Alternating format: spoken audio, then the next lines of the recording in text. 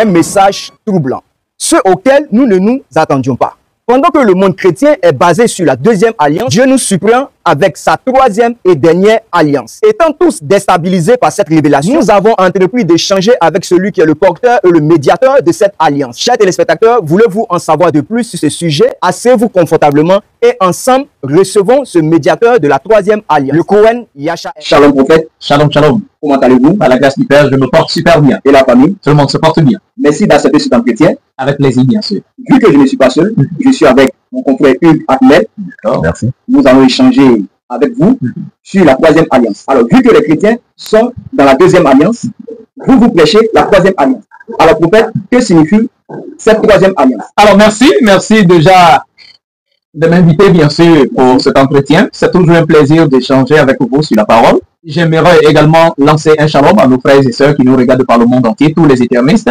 Que la grâce et la paix du Seigneur soient sur la vie de chacun. Et shalom à vous également. Shalom, prophète. Alors, en posant la question de savoir la troisième alliance. La troisième alliance, il faut comprendre dans les Écritures, cette troisième alliance se trouve dans les Écritures. Exactement. La troisième alliance dans les Écritures fait référence, bien sûr, à l'alliance que le Seigneur établit avec toutes les nations, tout l'univers. Alors que la première alliance et la deuxième alliance, même dont les chrétiens disent appartenir, ces alliances-là ont été établies uniquement avec Israël. Uniquement qu'avec Israël. Uniquement qu'avec Israël. On se comprend? Donc, il n'y a aucun verset, je répète bien, aucun verset dans la Bible, qu'ils croient détenir les pasteurs, qui dit que la deuxième alliance ou l'alliance qui a été établie par le Christ est établie avec les nations. Ça n'existe pas. Nous voyons que le christianisme dit qu'ils sont dans la deuxième alliance, ils prêchent l'alliance nouvelle. Bon, alors, je prends un exemple avec vous dans la Bible chrétienne, dans le livre de Jérémie. Jérémie, le chapitre 31, le verset 31. Ils peuvent trouver ça également, la même chose dans Hébreu, le livre d'Hébreu. Dans la parole, dit le Seigneur dit, voici, les jours viennent où j'établirai une nouvelle alliance avec la maison d'Israël et la maison de Juda. L'alliance qui ne sera pas comme la première que j'avais établie avec leurs ancêtres, quand je les ai fait sortir d'Égypte, alliance même qu'ils ont violée. Alors dans ces passages, le Seigneur précise avec qui il établit la deuxième alliance qu'on va appeler la nouvelle alliance. Le verset est très clair.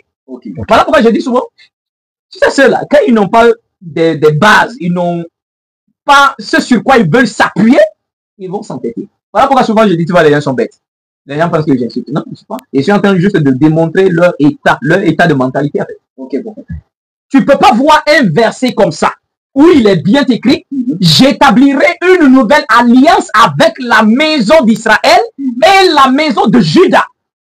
Et toi, tu n'es pas israélite, tu viens dire que l'alliance va être pour tout le monde. Ça n'a aucun sens. Donc si on comprend bien, il y a eu deux alliances là. Il y a eu deux alliances. La première, toujours avec Israël, alliance qu'ils n'ont pas respectée. Et le Seigneur dit, je vais établir une deuxième. Avec Juda. Avec la tribu de Juda, avec Juda et Israël. C'est bien spécifique, c'est bien écrit. Exactement. Maintenant, vous allez également voir dans le livre de Romains. Toujours Romains, le chapitre 9, à partir du verset 3 à 5. L'apôtre Paul pose la question à savoir. Et dit, j'aimerais être moi-même maudit, séparé du Christ pour mes confrères de chair. Et dit, qui sont les Israélites à qui appartient l'adoption, la gloire, le culte, les alliances. Les alliances, les promesses. Et dit, et même le Christ dans sa chair appartient aux enfants d'Israël. Donc encore dans ce verset, le verset dit que les alliances appartiennent aux enfants d'Israël. Même le Christ dans sa chair biologiquement appartient aux enfants d'Israël. Maintenant, c'est pour cette raison, un jour, le Christ est en train de se promener. Voilà une femme qui vient, elle est cananéenne. Elle vient en criant auprès du Seigneur, s'il te plaît, sauve ma fille est tourmentée par le démon. La parole dit que le Christ ne lui répondit même pas un mot. D'accord? Et le verset vous dit également, les apôtres sont venus dire au Christ et renvoient la car, elle ne cesse de crier derrière nous. On se comprend? Et le Christ se retourne et dit, je n'ai été envoyé qu'aux brebis perdues de la maison d'Israël. Je n'ai été envoyé. La version se met du ma mission se limite qu'aux brebis perdues de la maison d'Israël. Donc, en quel sens? On va dire que la deuxième alliance est pour toute l'humanité. Ça n'a aucun sens, ça n'existe pas. C'est une invention des pasteurs. Mon prophète, si vous me permettez, cher confrère, j'aimerais savoir d'où vient ce fait que les chrétiens se disent appartenir à cette alliance? Sur quoi se base-t-il? Mais quand Rome a décidé de prendre la foi au Christ pour contrôler le monde, il y a des versets qu'on a falsifiés. Okay. Il y a des versets, surtout au concile de Nicée, en 325, quand ils vont décider d'établir ce qu'ils vont appeler la Trinité. Okay. Parce que c'est au concile de Nicée qu'on a établi la notion de Trinité. Père, Fils, Saint-Esprit, les trois qui forment Dieu. D'accord? C'est là qu'ils ont établi. Et ils vont ajouter le verset de Matthieu, chapitre 28, le verset 18 à 19. Donc, ce verset a été pacifié alors. Ce verset a été ajouté. D'accord, où on dit, il est écrit, allez, faites de toutes les nations mes disciples, les baptisant au nom du Père, du Fils, du Saint-Esprit. Ce verset-là, on a falsifié d'abord le texte et puis on a ajouté. Wow. Dans l'épée justicière, le Christ dit, allez, faites de toutes les nations des brebis perdues de la maison d'Israël. Okay. Comme je vous ai baptisés, immergez-les, oignez-les et présentez des oblations en souvenir de moi. Voilà ce que le Christ dit. Ok, donc le verset disait simplement d'aller retrouver les autres enfants perdus de la tribu d'Israël. Exactement. Et dit allez vers les nations des brebis perdues de la maison d'Israël. Eux, ils vont supprimer des brebis perdues de la maison d'Israël. Okay. Et ils gardent les nations. Okay. Pour faire croire que le Christ aurait dit d'étendre son message à toute l'humanité, ce qui est archi faux. Okay. Dans le livre de Matthieu, Matthieu chapitre 10, à partir du verset 5, la parole dit le Christ appelle 12 disciples. Il leur donne le pouvoir, le mandat d'aller prêcher. Mais il leur donne l'instruction, n'allez pas chez les Samaritains. N'entrez pas chez les païens. Allez plutôt vers les brebis perdues de la maison d'Israël. Okay. Et pour mettre fin à tout, on voit dans l'Apocalypse, le chapitre 7, on nous dit que voilà un ange est venu pendant le ministère du Christ pour marquer du sceau le front des serviteurs de Dieu. Et il dit, j'entendis le nombre de ceux qui avaient été marqués par le sceau, 144 000 de toutes les tribus d'Israël. 12 000 par tribu. Okay. Et maintenant, les 144 000, on les voit avec le Christ dans Apocalypse, le chapitre 14, le verset 1. Okay. Et dit, je levai les yeux et voici, j'ai regardé l'agneau qui était sur la montagne de Sion, avec lui les 144 000 qui ont été rachetés de la terre. Et ces 144 000 dit, ce sont les prémices de la création, les prémices de Dieu. C'est-à-dire les premiers à être sauvés, les prémices. Toujours de la maison d'Israël. Toujours de la maison d'Israël, comme Apocalypse 7 le dit. Ceux qui ont été marqués au temps du ministère du Christ, 144 000. Maintenant, si eux, là, ils sont dans l'alliance, là, pourquoi ils n'ont pas été marqués? C'est là ma question, prophète. Parce que tout simplement, l'alliance, ça n'est pas pour eux. Comment est-ce que le Christ même peut vous dire, je n'ai été envoyé pour brebis perdues d'Israël? Et c'est quoi d'autre on peut dire encore? Là, c'est terminé. Parce que si c'était l'apôtre Paul qui parle, on va dire non, c'était un homme. Si c'était Pierre qui parle, on va dire non, c'est l'apôtre Pierre. Il pouvait... Mais le Christ lui-même en question dit, je n'ai été envoyé qu'aux brebis perdues de la maison d'Israël. Il n'y a plus de débat. Je ne parle plus avec qui que ce soit par rapport à ça. Le gars a été déjà clair. Exactement. Et preuve, pendant son ministère, il n'y a que seulement 144 000 qui ont été rachetés de la maison d'Israël. Okay. On se comprend? Et quand la femme cananéenne insistait, le Christ dit, il n'est pas bon de prendre le pain des enfants pour les jeter aux petits chiens. Le pain des enfants, c'est ce que je venais de dire dans Romains chapitre 9 à partir du verset 3 à 5. Et dit le culte, l'adoption, le culte, la loi, les alliances appartiennent aux enfants d'Israël. Donc, Jérémie précise, le terme prophétise, j'établirai une nouvelle alliance avec la maison d'Israël et la maison de Juda. 2 alliances. D'accord? Donc, il dit l'alliance ne sera pas comme l'alliance que j'ai établie avec le Père, alliance même qu'ils ont violée. Mais la nouvelle alliance que j'établis, je vais mettre ma Torah dans le cœur. Okay. Et il précise avec qui donc il n'a jamais établi la nouvelle alliance avec un Ivoirien. Il n'a jamais établi une deuxième alliance avec les Baoulés, avec les Canadiens ou soit un autre peuple de la terre. Mais seulement qu'avec Israël. Et pourquoi? Vous savez pourquoi il les donne 2 alliances? Pourquoi? Dans la Torah, le Seigneur dit, supposons qu'un homme a 2 femmes. L'autre est beaucoup aimé et l'autre moins aimé. Mais celle qui est moins aimée arrive à enfanter un garçon premièrement. Après, celle qui est beaucoup aimée donne un autre garçon après. C'est ça. Maintenant, le verset dit, quand le père doit partager son héritage entre ses enfants, le premier-né reçoit le double de l'héritage. Le premier-né. C'est-à-dire, et vous allez voir que dans les écrits, le Seigneur dit à Moïse, va dire à Pharaon en disant, laisse aller Israël, mon fils premier-né. Donc, Israël étant le premier-né de Dieu, alors il se doit de recevoir le double de l'alliance. Voilà pourquoi la première et la deuxième alliance sont établies avec eux. C'est leur héritage, c'est le droit d'aînesse. Donc, ce principe-là, c'est le Seigneur qui l'établit ainsi. C'est ça. Maintenant, ça c'est la chose qu'il fallait comprendre. Donc, la deuxième alliance, la première et la deuxième ont été établies avec Israël uniquement. C'est le peuple choisi par Dieu. Le peuple qu'il avait lui-même, le peuple qui s'est acquis lui-même. Alors maintenant, la troisième alliance va au-delà des frontières d'Israël. Parce que Dieu n'est pas que le Dieu des Israélites, mais il est le Dieu du monde entier. Il est le Dieu de tous les humains créés sur terre. Okay. Mais s'il choisit premièrement Israël comme son premier-né, c'est normal qu'il les donne 2 alliances. Et après cela, il se tourne vers toutes les nations de la terre et les donne bien sûr autre alliance, qui est la 3e alliance. C'est comme un père sur terre, selon les principes. Ce père-là a 2 enfants. Il y a le premier, puis il y a le deuxième. Mais quand ce père-là, supposons qu'il a 3 voitures, quand il veut partager ou veut laisser l'héritage entre ses fils, 2 voitures reviennent au premier-né. Le verset dit c'est sa vigueur, c'est sa force. C'est le droit d'aînesse. Donc, le premier reçoit 2 voitures, alors que le dernier là reçoit 1 voiture. C'est comme ça le Seigneur établi. Donc, voilà pourquoi Israël reçoit 2. Et les autres nations ont, bien sûr, la dernière alliance, bien sûr. Donc, il faut aussi comprendre que la 3e alliance est le sceau des alliances. C'est-à-dire, est l'alliance qui vient compléter les alliances du Seigneur et surtout basée sur les meilleures promesses. Mais prophète, pourquoi une 3e alliance pour l'humanité? Une 3e alliance pour l'humanité, comprenez que dans le plan du salut du Seigneur, le chiffre 3 ne manque jamais. Jamais. Jamais. Le chiffre 3. Okay, le Seigneur va dire au Père Abraham, quand il a amené au ciel là-bas, le Seigneur lui montre comment comment les jugements vont s'effectuer. Et le Seigneur lui précise qu'au ciel, il y a 3 tribunaux. Et ces 3 tribunaux-là, c'est par ces 3 tribunaux que l'humanité entière sera jugée. Et il précise en disant, voilà pourquoi toute situation n'est pas définitivement confirmée sur la base de 1 ou de 2 témoignages. Mais tout sera rétabli sur la base de 3 témoignages. Or, quand on parle de 3 alliances, ce sont des moments précis où le Seigneur révèle à l'humanité 3 témoignages. Dans la première alliance, le Seigneur donne un premier témoignage, bien sûr, à celui qu'on va appeler Moïse. Moïse apporte, bien sûr, le premier témoignage, et Moïse était le premier sauveur, le premier rédempteur de son peuple. C'est ça. D'accord? Et vous allez voir également dans, Actes des Apôtres. Moi, j'aimerais beaucoup, dans cet échange-là, me baser sur l'épée justicière. D'accord? Malgré que je peux donner peut-être quelques références dans la Bible chrétienne. Dans l'épée justicière, le chapitre 1147, à partir du verset 35, ils peuvent trouver ça dans Actes des Apôtres, le chapitre 7, à partir du verset 5. La parole dit, mais Macha, qu'il avait rejeté en disant, qui t'a établi notre juge?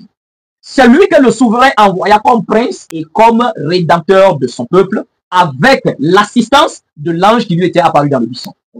Donc, dans ce verset, le verset dit que Moïse a été envoyé par Dieu comme médiateur. C'est ça. D'accord? Le verset est très clair. Rédempteur de la première alliance.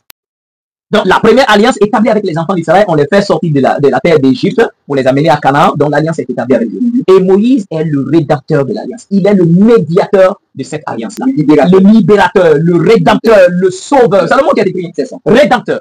On se comprend? Donc, et aussi, il faut comprendre aussi dans le livre de Galates, le chapitre 3, le verset 19, il est écrit, pourquoi la Torah a été donnée? Elle a été donnée pour mettre en évidence, bien sûr, les transgressions des hommes. D'accord? Et elle a été prescrite par le moyen des anges, par l'intermédiaire d'un médiateur. Ouais. Or, le médiateur n'est pas pour un seul, mais le souverain est un. Dans le verset, on a pris 2 versets. Acte 7, à partir du verset 35 à descendre. Et il nous dit que Moïse était le rédempteur de la première alliance. Rédempteur. Ça veut dire sauveur. Rédempteur, sauveur de la première alliance. Et dans Galates chapitre 3, 19, il est écrit que Moïse était le médiateur de la première alliance. Donc, il y a également la deuxième alliance établie par Dieu, par l'intermédiaire du Christ, qu'on venait de dire dans Jérémie 31, le verset 31, où il disait que j'établirai une nouvelle alliance avec la maison d'Israël, la maison de Juda. Et cela s'est concrétisé, bien sûr, par le Christ. D'accord? La parole continue à dire, vous pouvez trouver ça dans Luc chapitre 1, verset 77, Matthieu 10, le verset, comme on venait de le dire, le verset 5. Donc, dans ce verset, dans Luc chapitre 1 à partir du verset 77, on est à la naissance de Christ. L'ange vient dire à la femme, voici tu vas engendrer un enfant, tu l'appelleras le nom de Yahusha, car c'est lui qui sauvera son peuple de ses péchés. Là, on voit bien que ça a été écrit. Il sauvera son peuple, son peuple, son là c'est qui? C'est ça, prophète. Son peuple là c'est qui? Israël. Ils vont également falsifier un autre verset. Ils interprètent très mal. Jean chapitre 1, le verset 1.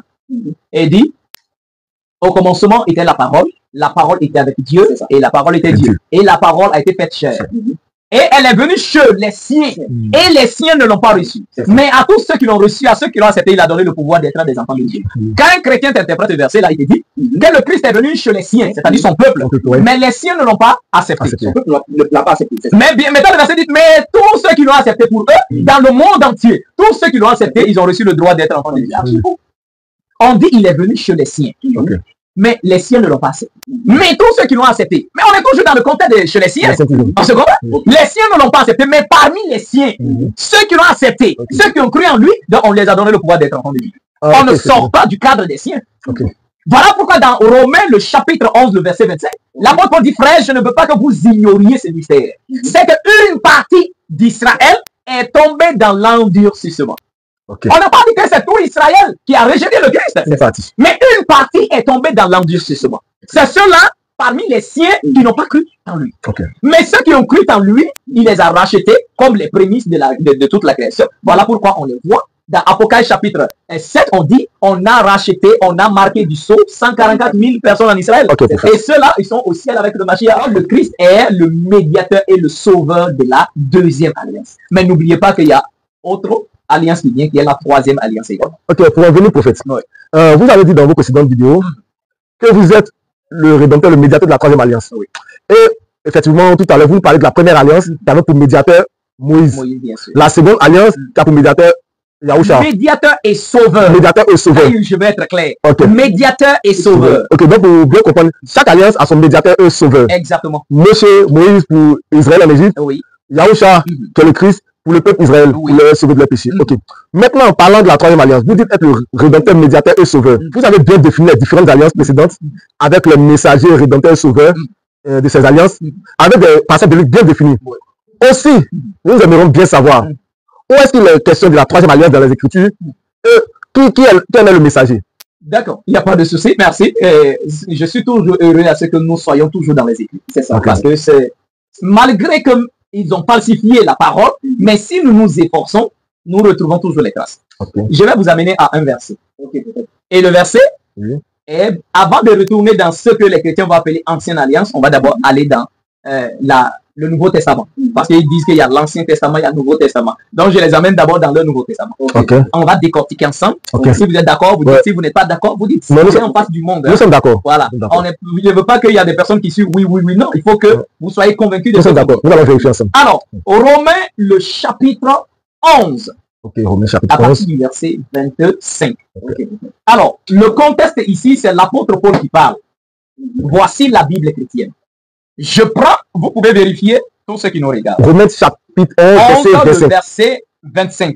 Et ensemble, on va décortiquer si nous pouvons voir. Donc, dans ce passage, d'abord, qui est l'auteur du livre de Romains? C'est l'apôtre Paul. L'apôtre Paul. À quel moment Shaoul, l'apôtre Paul, est venu sur scène après la mort du Christ? N'est-ce pas? Il a été choisi, étant d'abord lui-même persécuteur des croyants. Après, il s'est converti. Maintenant, dans ce verset, l'apôtre Paul dit, verset 25. Car je ne veux pas, frère, que vous ignoriez ce mystère. On entend ignorer dedans. Il dit, ça s'appelle la mort et la résurrection du Christ. Mais il vient dévoiler devant les gens que, malgré que le Christ soit mort, ressuscité, il y a un mystère encore. Un mystère. Ah, le mot mystère, c'est qui veut dire que ce qui est caché. Quelque chose qui n'est pas encore totalement dévoilé. Il dit, il y a un mystère et je ne veux pas que vous ignoriez ce mystère-là pour ne pas que vous pensiez que vous êtes sage, que vous avez la connaissance absolue.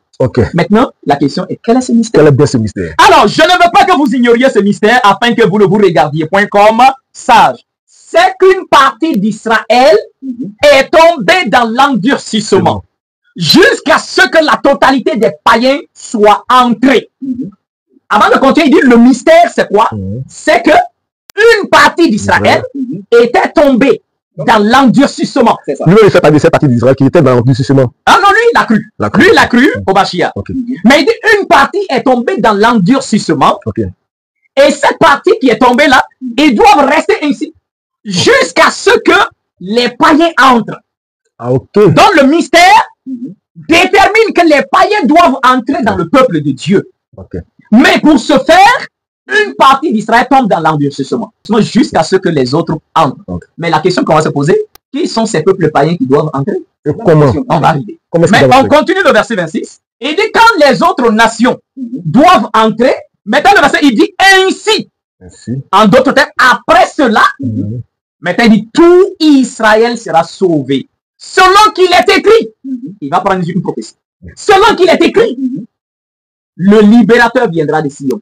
Il y a un libérateur, un rédempteur, un sauveur qui viendra de Sion pour détourner de Jacob les impiétés. Et dit, et cela sera mon alliance avec eux quand j'ôterai le péché. Si les chrétiens pouvaient lire la Bible avec précaution, ils allaient savoir que l'apôtre Paul est en train de parler d'une autre alliance qui vient après le Christ. Ce qui attire mon attention, il y a deux thèmes. Il y a Juda et à Sion. Sachez que Juda représente Israël. Sion est également l'autre nom d'Israël. D'accord? Donc le verset dit, une partie d'Israël tombe dans le péché, l'endurcissement, parce qu'ils n'ont pas cru au Christ. Et dans la prophétie même d'Ésaïe, il dit, quand le Christ apparaîtra, beaucoup vont croire en lui, mais beaucoup vont trouver en lui une pierre d'achoppement. C'est-à-dire, à cause du Christ, beaucoup vont tomber. Tout comme beaucoup aussi vont être relevés, mais beaucoup vont tomber. Maintenant, l'apôtre dit, le mystère de Dieu ici, c'est que la partie qui est tombée là, doit rester comme ça. Jusqu'à ce que le Seigneur fasse entrer dans son plan du salut, autres nations, c'est-à-dire les nations païennes. Ma question, mais pourquoi Dieu veut faire entrer les païens qui sont impurs dans son plan? Parce que tous les humains ont été impurs sur terre. Il n'y a pas d'exception entre Israël et les autres nations, même si Israël était le peuple choisi par Dieu, le peuple élu par Dieu, tous les humains sont pécheurs. De la même manière qu'il a accordé miséricorde à Israël, c'est de la même manière qu'il accorde miséricorde aux autres peuples de la terre. Israël n'était pas un peuple saint avant que Dieu rencontre. Dieu a rencontré un peuple impur, un peuple souillé, un peuple idolâtre. Et il a décidé de les entretenir, de les laver. Et il en a fait son fils premier-né. Donc de cette même manière, Dieu aussi se tourne vers les nations afin de les racheter, afin de les sauver, afin de les nettoyer de leurs impuretés. Dans la troisième alliance, bien sûr. Et je vais vous donner les preuves. Alors, mais premièrement dans ce verset, comme on venait de le dire, le mystère est qu'une partie d'Israël tombe, mais une partie croit au Christ. Une partie refuse de croire. On dit cela doit rester ainsi. Jusqu'à ce que les autres nations entrent. Et quand les autres nations vont entrer, les restes d'Israël qui n'avaient pas cru là, la partie qui était tombée, vont se joindre aux nations païennes là, et ainsi tout Israël sera sauvé globalement. Ceux qui avaient cru au Christ et ceux-là même qui n'avaient pas cru là, eux tous seront sauvés. Mais on dit selon qu'il est écrit. Quand on dit selon qu'il est écrit, il fait référence à une prophétie. Et il dit selon qu'il est écrit, le libérateur viendra de Sion. Mais c'est quel libérateur qui viendra de Sion alors que si ce libérateur-là est le Christ est déjà venu, il est parti. Mais c'est quel autre libérateur qu'on dit qu'il vient? Donc, ça sous-entend que le libérateur qui viendra sauver tout le monde est originaire d'Israël. Exactement. Il vient d'Israël. Et quand il vient, il va non seulement détourner de Jacob les impiétés, c'est-à-dire il viendra sauver également les restes d'Israël qui étaient tombés dans l'endurcissement, mais tout en sauvant aussi les autres nations qui ne sont pas israélites. Et le verset dit, voici mon alliance avec eux. Voici la troisième alliance. Mais on va aller encore en profondeur. Alors, également, nous voyons dans la prophétie qui a été donnée, Ésaïe le chapitre 19. Dans Ésaïe le chapitre 19, et nous lisons à partir du verset 19, il est écrit, et en ce même temps, il y aura un autel à l'Éternel dans le pays de Misraïm. Bon, la plupart de vos Bibles dira Égypte, ce qui est une mauvaise traduction. Le texte hébreu dit Misraïm. Misraïm était un homme qui a donné naissance à 6 enfants. Et le 6e enfant a donné naissance à 2 peuples, dont les Philistins et les Captorim. Les Captorim, c'est eux qui sont les Égyptiens. D'accord, c'est eux qui sont les Égyptiens. Maintenant, ceux-là, quand ils enlèvent Misraïm, ils mettent l'Égypte, c'est très malhonnête. Donc, il dit, il y aura un autel à l'Éternel dans le pays de Misraïm, qui est pratiquement toute l'Afrique de l'Ouest. Maintenant, le verset dit, ils crieront à l'Éternel, c'est-à-dire les Misraïmites, crieront à l'Éternel à cause de leurs oppresseurs. Et le verset dit, et Dieu, comme exaucement, les enverra un sauveur. Donc, alors dans ce verset, le verset précise que les nations païennes, qui sont les Misraïmites, et d'autres peuples qui doivent entrer dans le plan de Dieu, Dieu les envoie un sauveur. Ce que l'apôtre Paul venait de dire dans Romains chapitre 11, le verset 25 à descendre là, où il dit que une partie est tombée dans l'endurcissement jusqu'à ce que les autres nations entrent. Qui sont ces nations qui doivent entrer? C'est Misraïm. Misraïm, la Syrie. Mais le verset, l'apôtre Paul continue à dire, et après cela, maintenant, les restes d'Israël là seront sauvés. Regardez bien, toujours dans cette prophétie-là, quand nous descendons au verset 24. Il dit, en ce même temps, Israël sera troisième, uni à Misraïm et à l'Assyrie. Et ces trois peuples seront pour l'Éternel un objet de bénédiction pour toute la terre. Pourquoi? Pourquoi Misraïm? Misraïm, parce que c'est le Seigneur qui en a choisi. Et pourquoi l'Assyrie, prophète? Oui, il a choisi d'abord ces deux peuples. Misraïm, qui est une grande partie de l'Afrique, l'Afrique de l'Ouest. L'Assyrie, également une grande partie d'Afrique de l'Est. Et Israël. Mais Israël, comprenez que Israël n'est pas, c'est pour Israël qu'ils ont créé là-bas. Israël a toujours été en Afrique. Okay. Donc, vous voyez que ces trois peuples dits dans ce verset, en réalité, forment tout le peuple africain. C'est le continent africain dans son entièreté. Ok. Donc, ça veut dire que dans le plan divin, Dieu veut réunir tous les enfants africains, tous les Africains veulent les réunir. C'est ce que le verset dit. Okay. Le verset dit, en ce temps, les Misraïmites connaîtront l'Éternel, et l'Éternel se fera connaître d'eux. Alors, il y aura une route qui quitte de Misraïm en Assyrie, d'Assyrie en Misraïm, et ils se convertiront pour servir Dieu, et Israël se joindra à eux. C'est-à-dire les restes d'Israël qui étaient tombés dans l'endurcissement au temps du Christ se joindra à eux. Alors, prophètement, ma question, et les autres nations qui ne font pas partie de Misraïm, Assyrie et Israël? Leur salut se déclenchera à partir, bien sûr, d'Afrique. Voilà pourquoi le verset dit, et ces trois peuples seront objet de bénédiction pour toute la terre. Ok.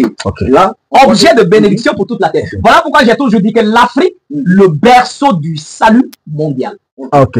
Par ce troisième témoin. Exactement. Ok. Donc alors, quand nous parlons bien sûr des preuves de la troisième alliance, voilà. Ok.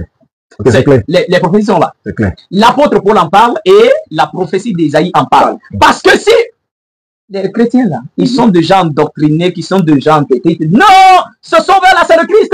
C'est le Christ. Mais si c'est le Christ, quand on voit la prophétie d'Ésaïe là, premièrement, on dit un autel sera bâti à l'Éternel dans le pays de Misraïm. Alors si c'est le Christ a-t-il bâti un autel à l'Éternel? Il n'a jamais bâti un dans le pays de Misraïm? Non.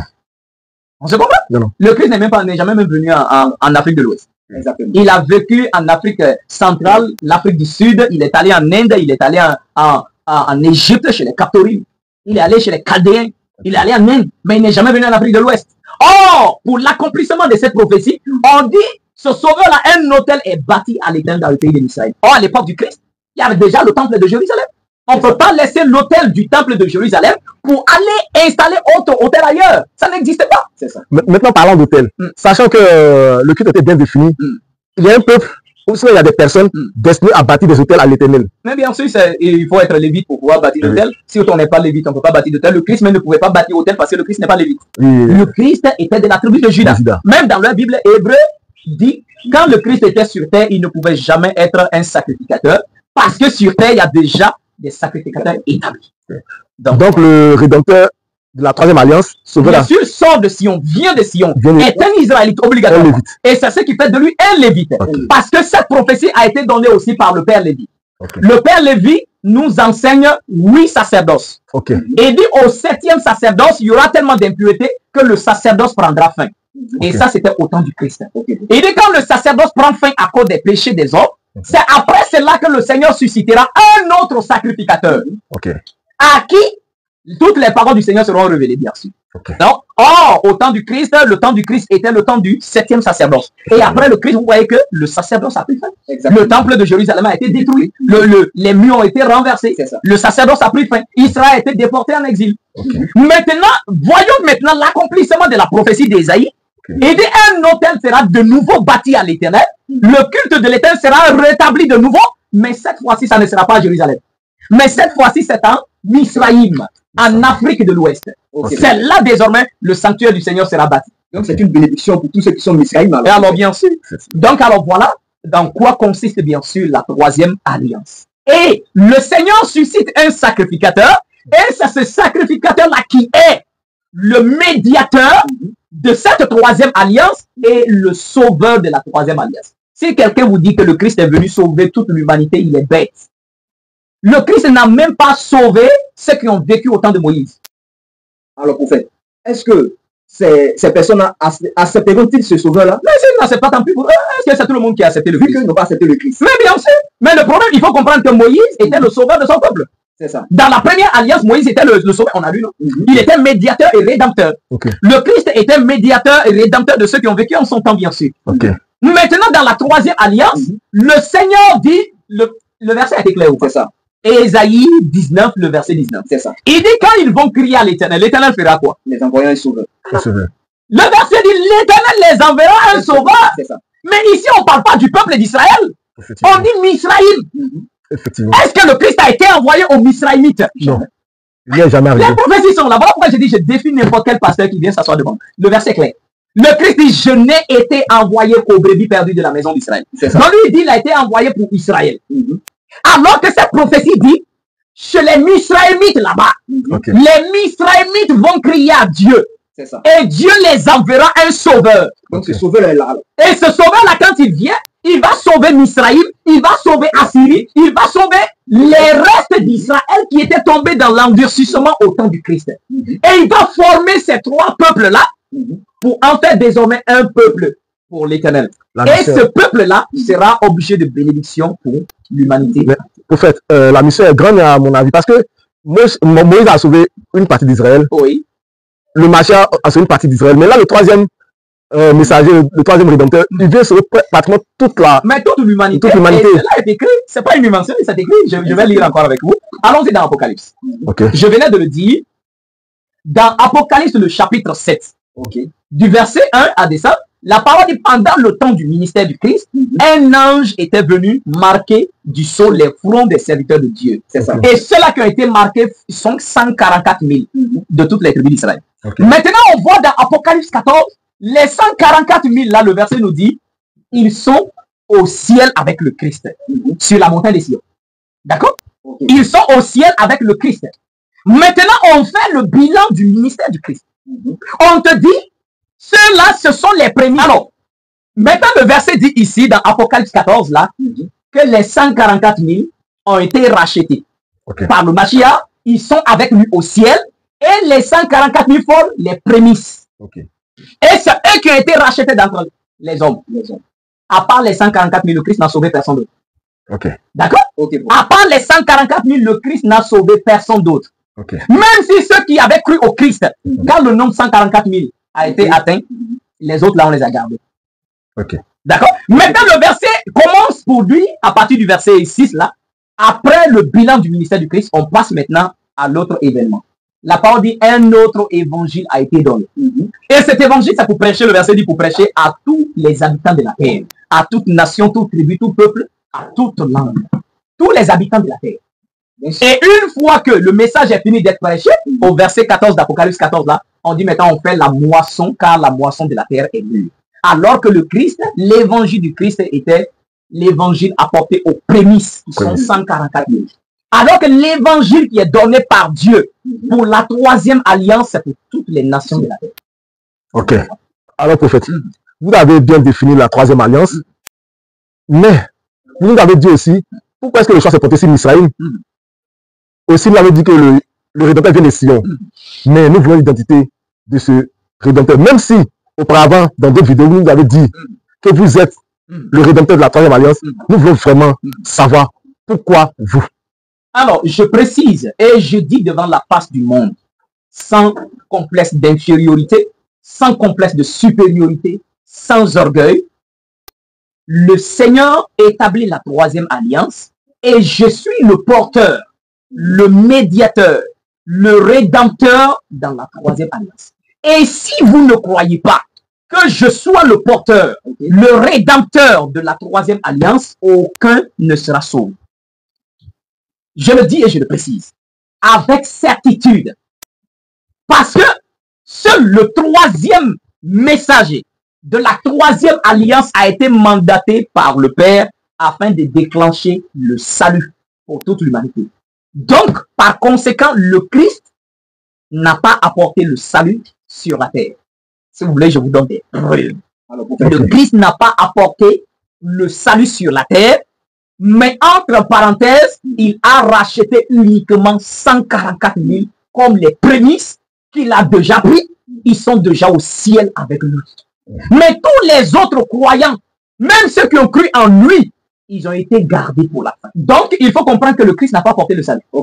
Et je vous donne des preuves. D'accord? Quand vous allez demander à un chrétien tout à l'heure, s'il est sauvé, il va te dire qu'il est sauvé, il va te dire qu'il a le salut. Il va te dire qu'il est sauvé. Mais c'est un ignorant. Il ne sait pas que c'est dans la troisième alliance que le salut est déclenché. Okay. Alors, je prends avec vous un premier passage, mais j'aimerais d'abord donner une petite parenthèse. Avant de donner ces passages, comprenez que le salut n'est pas personnel, mais le salut est commun. Okay. C'est les pasteurs là qui disent le salut est personnel. Moi, je croyais à cela. Hein. Mais demandez à ce pasteur-là, n'importe qui, de donner le verset qui dit le salut est personnel. Un seul verset dans toute la Bible. Il n'y a pas même les dans la Bible. Il n'y a aucun verset dans la Bible qui dit le salut est personnel. Ce que vous dites est bouleversant parce que c'est la première fois que nous entendons cela. Le salut n'est pas personnel. Et je prends d'abord un premier verset pour vous donner avant de donner d'autres. Okay, dans le livre de Jude. D'accord? Jude n'est qu'un seul chapitre. Hein? D'accord? Dans la Bible. Donc Jude, le verset 3. Qu'est-ce que la parole dit? Il est écrit, bien-aimé, je désirais vivement vous écrire au sujet de notre salut commun. On voit le salut est commun. Je me suis senti obligé de le faire afin de vous exhorter à comprendre la foi qui a été transmise au sein une fois pour toutes. Je te dis, notre salut commun. Au moins un verset qui dit le salut est commun. Okay. Et il nous a montré un verset qui dit le salut est personnel. Même l'apôtre Paul était en train d'annoncer l'évangile, on les a mis en prison. Lui et son confrère. On les a battus, on les a mis en prison. Okay. Et pendant qu'ils étaient en train de chanter dans la prison, tout à coup, il y a eu tremblement. Les portes des prisons se sont ouvertes. Et quand le surveillant, le soldat vient, il voit que les portes des prisons sont ouvertes et il ne voit pas des prisonniers. Okay. Il pensait que les prisonniers se sont enfuis. Il enlève son épée de se tuer. L'apôtre Shaoul dit, non, ne te tue pas, on est tous là. Okay. Il rentre, il les voit. Ah, il se met à genoux. On lui dit, qu'est-ce que je dois faire pour être sauvé? On dit, crois au Seigneur, tu seras sauvé, toi et ta famille. Est-ce qu'on a dit tu seras sauvé? Tu seras sauvé, toi et ta famille. Okay. Un autre exemple. Josué devrait aller à la guerre contre un petit village qu'on appelait Haï. Okay. Le Seigneur dit, quand vous partez, tout ce que vous trouverez sera dévoué par interdit. Vous ne prendrez absolument rien. Ils vont à la guerre. Le Seigneur les assurant bien sûr le salut. Arrivé, voilà un monsieur qui s'appelle Akan. Akan voit un vêtement, un manteau, il voit de l'or, il voit de l'argent. Et il est pas. Il cache. Et quand il va cacher, le peuple commence à perdre. On commence à tuer le peuple. À tel point que Josué dit, repliez-vous. Ils ont fui la bataille face à un petit peuple. Josué retourne, il pleure, Seigneur, mais qu'est-ce qui ne va pas? Tu nous as pourtant assuré la victoire. Le Seigneur dit, il y a l'interdit parmi nous. Et par la prière, on tombe sur Akan. On dit, mon fils, qu'est-ce que tu as fait? Il dit, j'ai vu, j'ai convoité, j'ai pris. On dit, tu as mis, il dit, il est caché dans ma tente. On prend les objets. On dit, d'accord, puisque tu as fait cela, il n'y a pas de souci. Le Seigneur ordonne que lui, sa femme, ses enfants, même ses moutons, soient tous tués. Ok. Alors la question, quand Akan faisait ça, sa femme était là-bas. Ses enfants étaient là-bas. Ses moutons-là étaient là-bas. Mais comment se fait-il que, à cause de cet acte-là, on commence à tuer les Israélites? Comment se fait-il? Pourtant, c'est lui qui a volé. Automatiquement, dans la guerre, on devrait le tuer lui-même. Mais pourquoi tout le peuple est en train de perdre à cause de lui? Beaucoup sont morts à la bataille à cause de lui. Parce que c'était quelque chose de commun.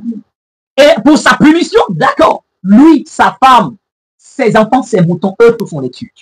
Okay. Parce que le salut est commun. C'est pas personnel. Ça, c'était les colons qui sont venus dire ça aux Africains. Parce que quand ils sont venus en Afrique, ils ont créé des divisions à tel point qu'avec leur faux évangile, les Africains, le fils peut se rebeller contre son père, le père peut se rebeller contre son fils, l'enfant, la fille peut se rebeller contre sa mère. C'est dans ce contexte qu'on dit que le salut est personnel. Donc, ce qui veut dire que je peux ne pas être d'accord avec ce que mon père est en train de dire. Je peux ne pas accepter ce que ma mère est en train de dire. L'essentiel, le salut est personnel. C'est une invention des colons. Alors. Des colons. Donc, tous ceux qui croient à cela, ils sont perdus. Ils sont perdus. Ouais, ils sont perdus. Ils ne sont même pas dans le plan. Voilà pourquoi le Christ a dit, même le salut, c'est-à-dire au jour du jugement, ceux qui étaient dans la première alliance avec Moïse seront tous là, avec leur médiateur et leur sauveur à la tête. Et c'est Moïse qui témoignera contre eux. Qu'est-ce que le Christ a dit? Le Christ dit dans le livre de Jean, c'est écrit dans la Bible. Il dit aux pharisiens, ne pensez pas que c'est moi qui vous accuserai devant Dieu. Hein. Il dit, c'est pas moi. C'est Moïse qui va vous accuser devant Dieu. Celui en qui vous avez mis votre espérance, c'est lui qui vous accusera. Parce qu'il a parlé de moi. Donc vous ne croyez même pas en lui. Comment vous allez me croire? Parce que si vous croyez en Moïse, vous allez me croire. Ok. Donc ceux qui ont vécu au temps du Christ, surtout les 144 000, ont été rachetés. Et ceux qui n'ont pas cru, qui sont tombés dans l'ambition, le Christ témoignera contre eux. Et au temps de la troisième alliance, c'est Yachaël qui témoignait la conférence. Donc si on comprend bien, au temps du Christ, ceux qui croyaient au Christ, ils savaient qu'il y avait un messager qui allait venir. Mais bien sûr, c'est pas ça que l'apôtre Paul a dit. C'est ça, prophète. Maintenant, je vous donne un passage qui montre que le Christ n'a pas apporté le salut, mais les apôtres savaient que le salut sera dévoilé à la fin. Je prends avec vous un passage dans le livre 1 Pierre. C'est la Bible chrétienne. Ok, 1 Pierre. 1 Pierre chapitre 1. Béni soit Dieu et Père de notre Seigneur Yahushua HaMashiach, qu'ils ont appelé Jésus-Christ, qui selon sa grande miséricorde nous a régénérés pour une espérance vivante par la résurrection de Yahushua HaMashiach d'entre les morts, pour un héritage qui ne se peut ni corrompre, ni souiller, ni flétrir, lequel vous est réservé dans les cieux. À vous, il parle à ses compagnons, à vous qui, par la puissance de Dieu, êtes gardés par la foi pour le salut, prêt à être révélé dans les derniers temps. Le salut prêt à être révélé. Frère pasteur, voilà. Même ceux qui ont cru au Christ là, l'apôtre Pierre le dit, à cause de votre foi, le Seigneur vous a gardé pour le salut qui va être révélé à la fin des temps. Mais lui là, tellement il est bête, il dit il est sauvé. Donc comment il est sauvé alors qu'on dit le salut sera révélé à la fin des temps? Je vais vous donner un autre verset pour m'arrêter là. Dans le livre de Romains, le chapitre 13, le verset 1. Romains 13, le verset 11, il est écrit: cela importe d'autant plus que vous savez à quel temps nous sommes, car c'est l'heure de vous réveiller de votre sommeil, car le salut est plus près de nous que lorsque nous avons cru. L'apôtre Paul est déjà en prison à Rome. Et écrit l'épître aux Romains.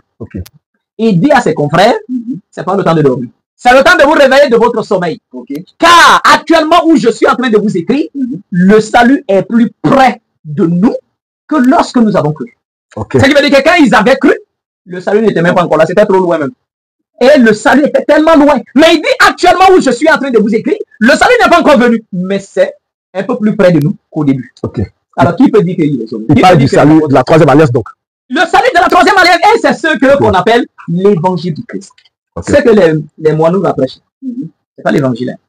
Le Christ dit dans lui de Jean 12, verset 49 à 50, il dit: je n'ai pas parlé de moi-même, mais le Père qui m'a envoyé m'a prescrit lui-même ce que je dois dire et annoncer.